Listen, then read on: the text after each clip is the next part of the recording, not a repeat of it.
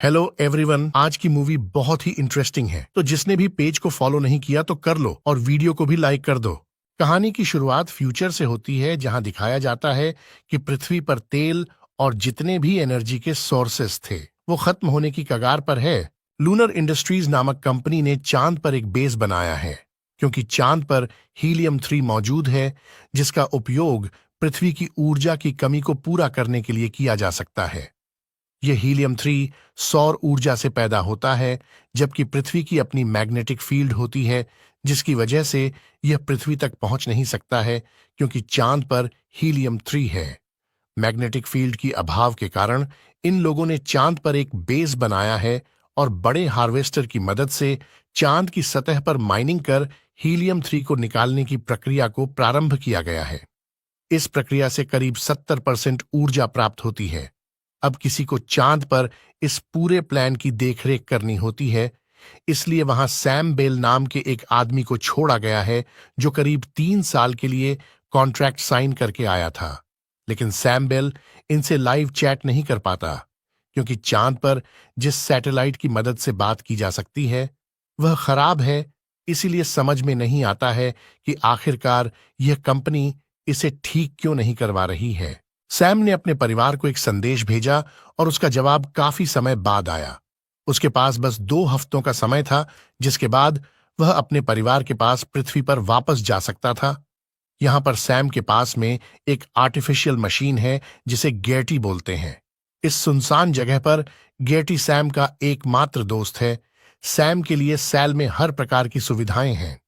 Sam cell से बाहर जाता है जब हीलियम के कंटेनर भर जाते हैं और उन्हें वह पृथ्वी की ओर लॉन्च कर देता है।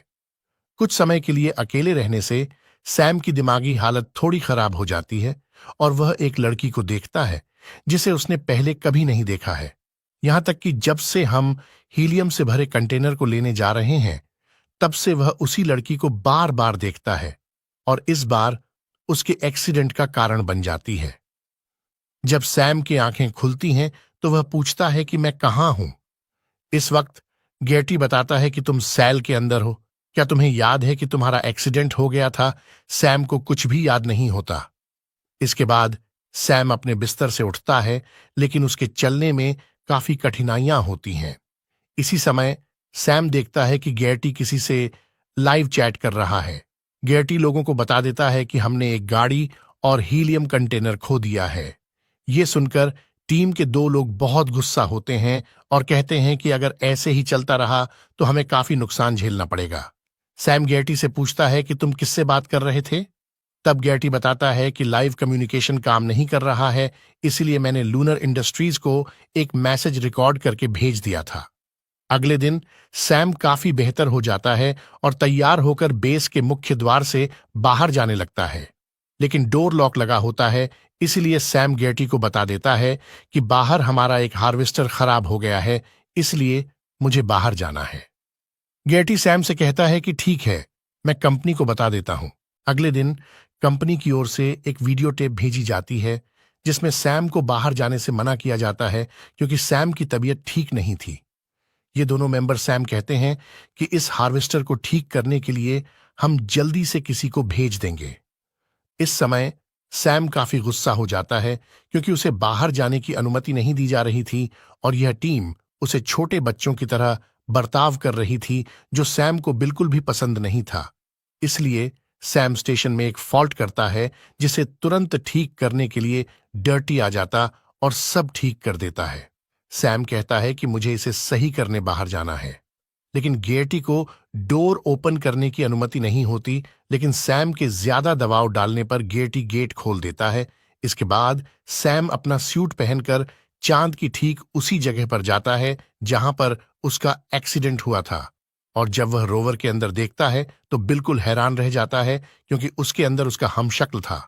सैम इसे लेकर बेस में वापस आता है और गेटी से पूछता है कि ये कौन है। गेटी बताता है कि यह सैम है। इसके बाद वह इसे मेडिकल रूम में ले जाते हैं। इसके बाद हमें पता चलता है कि यह सैम ए है, जिसका हाथ शुरुआत में गर्म पानी से जल गया था और अब भी इसके हाथ पर बैंडेज बंधी हुई है। यानी अब यहां पर 2 सैम हैं। सैम ए, जब दूसरे सैम को देखता है तो उसे यही लगता है कि उसे जिस तरह लड़की दिखती थी, ठीक उसी तरह उसे अपना हमशक्ल भी नजर आ रहा है। दोनों को कुछ भी समझ में नहीं आता। सैमे जब अपने हमशक्ल को देखता है तो उसे यही लगता है कि वो बिल्कुल रियल है और ये उसका क्लोन है। ऐसा ही सैम बी को भी लगता है।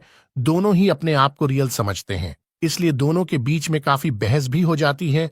सैम को यह लगता कि जरूर इस बेस में और भी क्लोन है, क्योंकि जब सैम ए का बाहर एक्सीडेंट हुआ तो इसकी अंदर आंख खुल गई थी और फिर किसी भी इंसान का धरती से इतना ज्यादा जल्दी आना नामुमकिन है।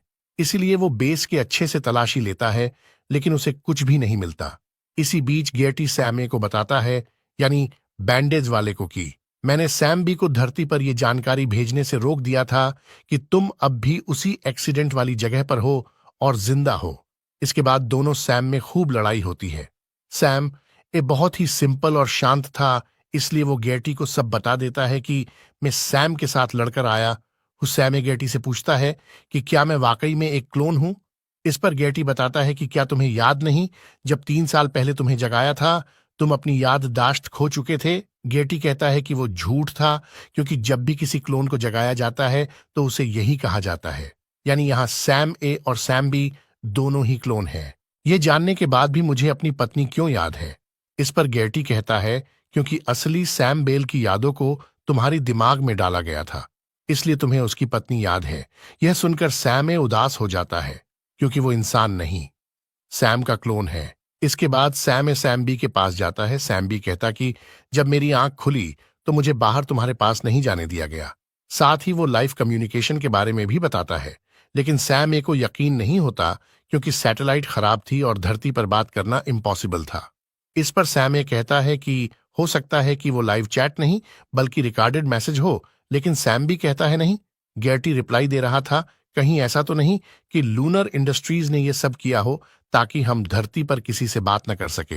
इसी बीच इन्हें धरती से एक मैसेज मिलता है, जिससे पता चलता है कि अगले 11 घंटों में चांद पर एक रेस्क्यू टीम हार्वेस्टर सही करने वाली है। इसके बाद ही दोनों सेल से बाहर निकलकर अलग अलग दिशा में जाते हैं, जहां पर इन्हें कुछ दूरी पर एक बड़ा एंटीना दिखता है। ये एंटीना सिग्नल जाम करने के लिए था। अब ये दोनों भी समझ चुके थे कि ये सब इसी कंपनी का किया धरा था, ताकि हम धरती पर किसी से बात ना कर सके। इसी बीच सैम ए, जो यहाँ 3 साल पूरे करने वाला है, उसकी तबीयत बिगड़ने लगती है, इसलिए वो बेस में आ जाता है और आते ही उल्टी कर देता है। जब वो उल्टी कर रहा होता तो वो देखता है कि उसका एक दांत टूट गया है। यह देखकर सैम ए काफी घबरा जाता है और ये सब क्या हो रहा है पता लगाने के लिए पुराने डेटा को चेक करता है। वो अब यहाँ पासवर्ड था, जिस वजह से वो इसे लॉग इन नहीं कर पाता। तभी गेटी यहाँ आकर पासवर्ड डाल देता है, जिसके बाद सिस्टम ऑन हो जाता है। यहाँ उसको पुराने क्लोन्स के फोटोज और वीडियोस दिखते हैं। इनकी भी 3 साल बाद तबीयत खराब होने लगती है। अब सैम ए को 3 साल बाद पृथ्वी पर घर भेजा जाएगा, लेकिन इन्हें स्लीपिंग चेंबर में सुलाया जाएगा। जब इनकी बॉडी अंदर चली जाएगी तो उसे खत्म कर दिया जाएगा, और ऐसा ही हर एक के साथ किया जाता है। सैम ए को इन सबसे बहुत दुख होता है, क्योंकि अब वह इंसान नहीं बल्कि एक क्लोन था, जिसका पता 3 साल के बाद चलता है। इसी बीच सैम सोचता है कि यहाँ पर क्लोन कहाँ हो सकते हैं, इसलिए वह उसी चैम्बर में जाता है जहां सबसे पहले उसकी आंखें खुली थीं। चारों ओर देखने के बाद उसे एक बेसमेंट नजर आता है। सैम एक गेटी से पूछता है कि तुमने मुझे पासवर्ड क्यों बताया। इस पर गेटी कहता है कि मैं यहां आप लोगों की मदद के लिए हूं। इसके बाद सैम भी सहमत हो जाता है और बाहर चला जाता है। उसके बाद वह अपनी बीवी को लाइव कॉल करता है, जिसे उसकी 15 साल की बेटी उठाती है। वह बताती है कि मां की 15 साल पहले मौत हो गई। सैम ये पूछता है कि कैसे। इस पर बच्ची अपने फादर, यानी कि रियल सैम बेल को बुलाती है, जिसे देखते ही सैम एक कॉल काट देता है। सैम ए बेस पर जाता है और अपनी बीवी की मौत से बहुत दुखी होता है। हालांकि यह क्लोन था, लेकिन फैमिली की यादें इसके अंदर समाई हुई थीं। सैम बी को जब मालूम पड़ता है कि उसकी बीवी मर चुकी है, तो वह गेटी के पास जाता है। उसे एक और क्लोन को जगाने के लिए कहता है। हालांकि यह रूल्स के खिलाफ था, गेटी के मना करने पर भी सैम बी इसे अपनी बातों में ले लेता है और कहता है कि वो कुछ ही देर में हमें मार देंगे। क्या तुम ऐसा चाहते हो? यह सुनकर गेटी कहता है कि मैं तुम्हारी सुरक्षा के लिए बना हूं, इसलिए वो एक और क्लोन को उठा देता है और अब बेस में 3 क्लोन होते हैं। दरअसल सैम बी ने तीसरे क्लोन को इसलिए उठाया था ताकि वह हीलियम कंटेनर के साथ सैम ए को धरती पर उसकी परिवार के पास भेज सके, क्योंकि 3 सैम ए इस पल का इंतजार कर रहा था। वही जो तीसरा क्लोन था उसे सैम बी एक्सीडेंट वाली जगह पर छुपा देगा ताकि किसी को पता ना चले। सैम की तबीयत खराब हो जाती है, इसलिए वो धरती पर भी जाने से मना कर देता है, क्योंकि लूनर इंडस्ट्री जैसे ही क्लोन बनाती है जो सिर्फ 3 तक ही जिंदा रहते हैं। इसलिए सैम ए कहता है कि तुम मुझे एक्सीडेंट वाली जगह पर छोड़ आना और जो तीसरा क्लोन है उसे अपनी जगह रखकर खुद पृथ्वी पर चले जाना। सैम भी ऐसा ही करता है। सैम ए को छोड़कर रेस्क्यू टीम के आने का इंतजार करता है। सैम बी के पास बस 40 मिनट थे, इसलिए वो का सिलेंडर लेकर कंटेनर में जाने लगता है जिसे वो धरती की तरफ लॉन्च करेगा। लेकिन तभी गेटी ये आकर कहता है कि मेरी मेमोरी मिटा दो, इसके अंदर सब कुछ सेव है जो भी तुम लोगों ने किया है। यह देखकर सैम भी गेटी को रिबूट कर देता है और खुद कंटेनर को कमान देकर हीलियम कंटेनर में छुप जाता है। इसके बाद रेस्क्यू टीम यहां आ जाती है और जैसा कि इन्हें पता था कि सैम ए का एक्सीडेंट हो गया है, तो इन्हें ये उसी रोवर में मिलता है जो कि अब मर चुका था और अंदर नया क्लोन सैम बी की जगह पे होता है। वहीं हीलियम जिसमें सैम भी था वो भी पृथ्वी के लिए निकल चुका था और वो पृथ्वी पर जाकर लूनर इंडस्ट्रीज का सारा सच बता देता है। दरअसल लूनर इंडस्ट्री क्लोन बनती थी ताकि खर्चा कम हो सके, क्योंकि किसी इंसान का चांद पर इतने लंबे समय तक रहना नामुमकिन था। और यही कहानी खत्म हो जाती है।